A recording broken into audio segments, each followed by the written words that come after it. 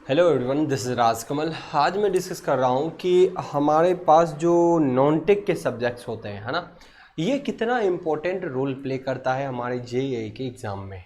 क्योंकि बहुत ज़्यादा, आज मैं अगर बात करूं कि बिना आप ये उम्मीद कर सकते हो कि बिना नॉन टेक के किसी भी एग्ज़ाम में क्वालिफाई कर सकते हैं, तो इसका एक ही रिजल्ट आएगा, जीरो, नहीं, नो, है ना।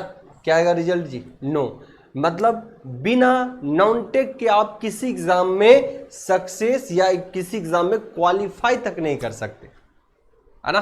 तो जहां तक बात अगर जेईई की रही, तो क्या किस तरीके से अपन तैयारी करें, कौन से ऐसे एग्जाम हैं और लगभग उसमें किन किन तरीके से उस क्वेश्चंस को पूछे आते हैं, किस तरीके से उसको डील करा जाए, तो इन सारी चीज़ों की आज मैं चर्चा कर रहा हूँ। इसीलिए जो ये प्लेटफॉर्म स्पेशली आप लोग नॉन टेक के लिए बनाया हूँ। सो नॉन टेक में पूरे डेडिकेशन के साथ आपको तैयारी में लगना होगा, तैयारी में उतरना पड़ेगा। इसके लिए चाहे जितनी भी एनर्जी लगानी होगी आपको लगाना होगा, anyhow at any cost. ये हमेशा आपको दिमाग में होनी चाहिए जी। कैमरा का लाइट खत्म था, आई होप सो अब आ चुका है। चलिए, तो मैं आज स्टार्ट यही बातों को करूंगा, इन बातों की आज शुरुआत करता हूं कि एक्चुअली चीज़ें क्या है। चलिए, सबसे पहले जेईई के एग्ज़ाम्स के बारे में अगर डिस्कस करूं तो सर जेईई के एग्ज़ाम में जैसे कि एसएससी जेईई, है ना, क्या एसएससी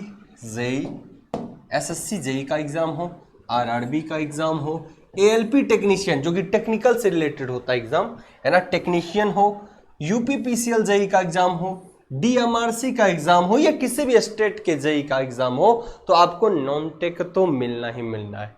अगर एसएससी जेईई में कहें कि पहले पेपर में अगर 50% नॉन टेक मिलेगा, तो आरआरबी में पहला पेपर ही नॉन टेक का होता है, एएलपी में पहला पेपर ही नॉन टेक का होता है, टेक्नीशियन में पहला पेपर ही नॉन टेक का होता है, और इसमें भी मिक्स मिलेगा, technical plus non tech mix मिलेगा, है ना। ये बात अलग है, यूपीपीसीएल में नॉन टेक का वेटेज कम होता है टेक्निकल की तुलना में, लेकिन इसके बिना, नॉन टेक के बिना हम यूपीपीसीएल भी क्रैक नहीं कर सकते। Okay, DMRC also. तो हर एग्जाम अगर नॉन टेक को कर रहा है तो किस तरीके से हम इसकी तैयारी करें, है ना। तो एक एक चीजों की चर्चा यहाँ पे होने वाली है कि किसमें क्या आता है, किसमें क्या नहीं आता है। तो दो बातों को ध्यान रखिएगा हमेशा कि नॉन टेक को सर बहुत बारीकी से आपको करना ही पड़ेगा, नॉन टेक को बारीकी से करना ही पड़ेगा। आइए मैं पहली बात यहाँ चर्चा में लेता हूँ कि मैथ्स की अगर बात की जाए, देखिएगा यहाँ पे सर, अगर मैथ्स की बात करूँ तो मैथ्स जो है सर एसएससी जेईई के अंदर नहीं आता, एसएससी जेईई में नहीं आता, लेकिन आरआरबी जेईई में अच्छे तरीके से आएगा, एएलपी में आएगा, है ना, एएलपी में आएगा, है ना, यूपीपीसीएल में थोड़ा बहुत मिलेगा आपको, तो बाकी इसमें थोड़ा बहुत मिलेगा, ठीक है। तो मेन वेटेज जो मैथ्स का है एएलपी टेक्नीशियन, तो एसएससी वाला इसको नहीं पढ़ता। लेकिन यही बात करूं तो एसएससी का 1/4 वेटेज पेपर 1 में होता है, एसएससी के 1/4 वेटेज जो है वो पेपर 1 में देखने को मिलेगा, और आरआरबी में भी लगभग 30% वेटेज आपको रीजनिंग का देखने को मिलेगा, एएलपी में भी आपको देखने को मिलेगा जी, एएलपी में भी देखने को मिलेगा, टेक्नीशियन के एग्जाम में भी देखने को मिलेगा, यूपीपीसीएल जेईई के अंदर भी देखने को मिलेगा, है ना, आपको वो जो है डीएमआरसी के अंदर भी देखने को मिलेगा। तो इसका वेटेज तो सर हर जगह है, कोई दम नहीं है ऐसे एग्जाम के लिए, है ना, ऐसे रीजनिंग का कोई दम नहीं है, लेकिन हर एग्जाम में आता है तो अपनी तैयारी करेंगे जी। हिस्ट्री की बात करें, लगभग SSC JEE, RRB JEE, ALP technician, UPPCL JEE सब में मिलेगा, ज्योग्राफी सब में मिलेगा, पॉलिटी सब में मिलेगा, फिजिक्स सब में मिलेगा, केमिस्ट्री सब में मिलेगा, बायो सब में मिलेगा, इकोनॉमिक्स का वेटेज कम होता है, इसका जो वेटेज होता है वो कभी वेटेज की अगर बात करूं तो बहुत कम होता है। करंट अफेयर्स का वेटेज सबके तुलना में ज्यादा आपको दिखेगा, करंट अफेयर्स को आपको फॉलो करना पड़ेगा। लगभग चाहे एसएससी की बात करूं, आरआरबी की बात करूं, तो 3 से 4 मार्क्स का, ये सर 3 से 4 मार्क्स का, 5 नंबर भी जा सकता है, 3 से 4 या 3 से 5 मार्क्स का वेरी करता है। ये यहां भी कर दूं, 3 से 5 मार्क्स का वेरी करेगा जी, 3 से 5 मार्क्स का हर एग्जाम में लगभग वेरी करता है, 3 से 5 मार्क्स का वेरी करेगा आपको, 3 से 5 मार्क्स, ओके, 2 से 4 मार्क्स, है ना, बायो 3 से 5 मार्क्स, 1 से 2 मार्क्स इकोनॉमिक्स, करंट अफेयर्स 5 से 7 मार्क्स। तो इस तरीके के सब्जेक्ट्स के वेटेज होते हैं, चाहे एसएससी जेईई की बात करें, आरआरबी जेईई की बात करें।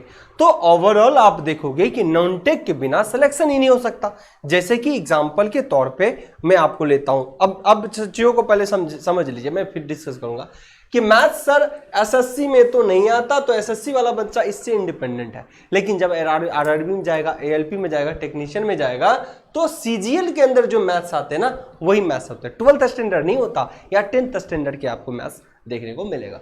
रीजनिंग वन एंड ओनली जो हर एक एग्जाम में देखने को मिलेगा, है ना, हर एग्जाम में देखने को मिलेगा, तो काफी अच्छा वेटेज होता है और दम कुछ भी नहीं होता। आई होप सो कि बहुत बच्चों ने पढ़ा है लगातार, तो उनको पता होना चाहिए कि रीजनिंग किस तरीके से डील किए जाते हैं, है ना। नौ, अगर मैं बात करूं कि सर वेटेज की, तो एसएससी जेईई जैसे एग्जाम में थोड़ा सा ध्यान समझिएगा।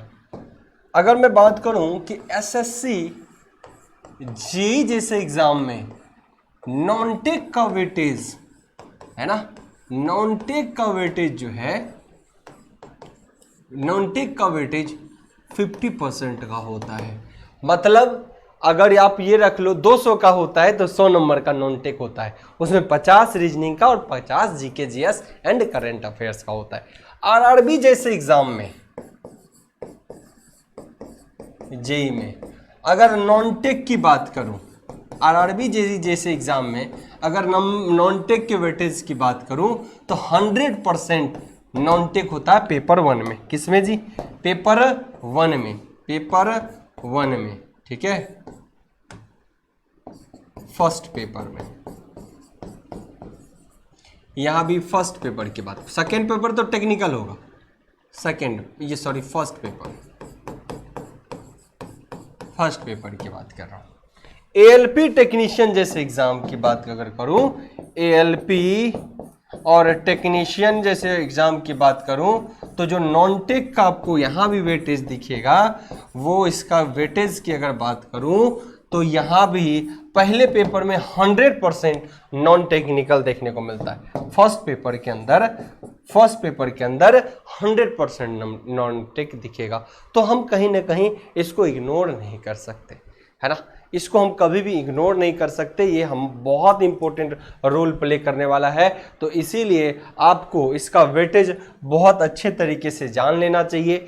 अब रही बात कि सर कैसे तैयारी करें जीके जीएस की, कैसे तैयारी करें जीके जीएस की और कैसे हम अच्छा इंप्रूव करें, तो मैथ्स को एक बार पढ़िए, क्वेश्चंस प्रैक्टिस करिए, रीजनिंग को भी 1-2 बार लगाइए, फटाफट प्रैक्टिस ज़्यादा कर लीजिए। रीजनिंग तो 10 दिन का गेम है, मैथ्स भी आप इंजीनियर है तो 15 दिन का गेम है, मैथ्स 20 दिन का लगा लो हार्डली, है ना, 20 दिन में पूरे टोटल जितना आ रहे हैं बार बार वो हर बार एग्जाम में, उसी को फॉलो कर लीजिए। 20 दिन का गेम है मैथ्स। लेकिन ये जितने जो सब्जेक्ट दिख रहे हैं ना सर, ये 20 दिन का गेम नहीं है, कम से कम 6 महीने लगेंगे इसको अच्छे से करने में, 6 महीने कम से कम इसको अच्छे से करने में लगेगा, वरना 1 साल भी, ताकि एक अच्छा, मतलब अगर 1 साल भी अगर बहुत अच्छे से पढ़ते हो जीके जीएस, तो किसी भी एग्जाम का सिर्फ जीके जीएस का पोर्शन तब आप 80% यानी 80% बना पाओगे।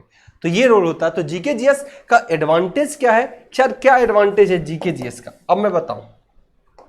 ये सर जीके जीएस पढ़ने में, जीके पढ़ने में आपको नो डाउट कम से कम ये 6 मंथ का टाइम तो आराम से लेगा। 6 मंथ टू मैं कहूँ टू 1 ईयर भी ले सकता है।